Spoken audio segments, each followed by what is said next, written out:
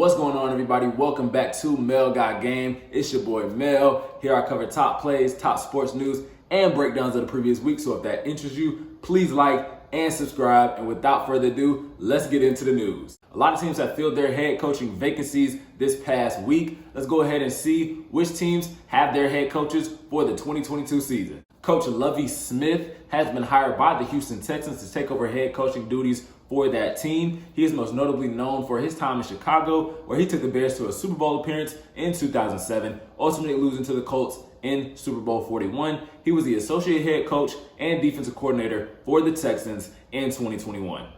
Our next head coach is Doug Peterson. He was hired by the Jacksonville Jaguars.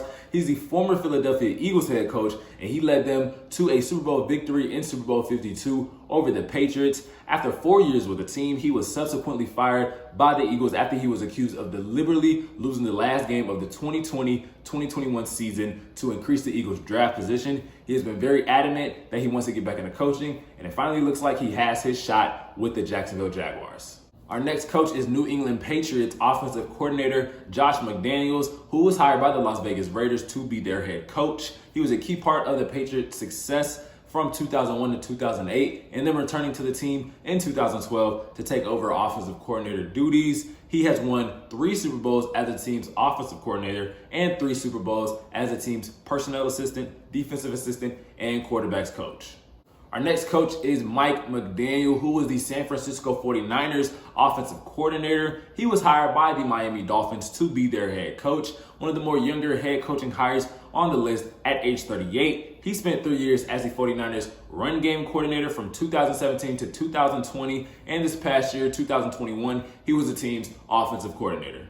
Our final head coaching hire is Dennis Allen, who was the defensive coordinator for the New Orleans Saints, and he is now taking over the team's head coaching duties after Sean Payton's departure. He has spent 9 years with the team from 2006 to 2009, and then returning in 2015. Along with being the defensive coordinator, he has been the team's assistant defensive line coach, secondaries coach, and senior defensive assistant.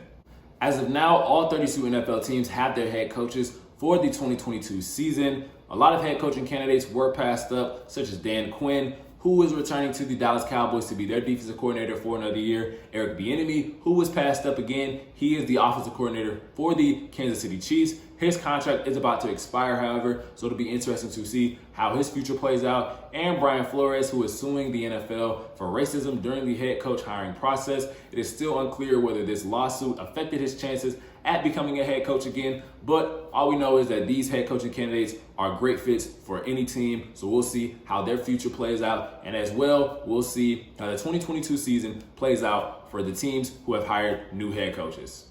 So without further ado, let's get into my prediction for Super Bowl 56 as the Rams and Bengals face off on Sunday at 6:30 p.m. to crown a new NFL champion. I'm sure it's going to be a great game as well as a great halftime performance. I don't know if you guys have seen, but this year's halftime performance is including Dr. Dre, Kendrick Lamar, Snoop Dogg, Eminem, and Mary J. Blige. So if you don't even like football, you can go ahead and just tune in for the halftime show. I'm pretty sure that's going to be amazing. So it all comes down to this. The Bengals and the Rams are facing off in Super Bowl 56 on Sunday. The Rams are favored by 4 points. And who do I have hoisting that Lombardi trophy when it's all said and done? I have the Cincinnati Bengals winning it 28-23. Listen, guys, this team is fearless. They are very young, but they are very fearless as well. They said experience does not matter in this year's playoffs. They have played teams with way more experience than them in this year's playoffs, but somehow they find a way to come out with a dub every time. And I think that happens again in Super Bowl 56. The key matchup is going to be that Bengals offensive line against that Rams defensive line. If the Bengals offensive line can find a way to get Joe Burrow sometimes so he can get it to his playmakers, his receivers, so they can score and run that score up, you know what I'm saying? I think the Bengals are going to be walking away with that Lombardi trophy when it's all said and done.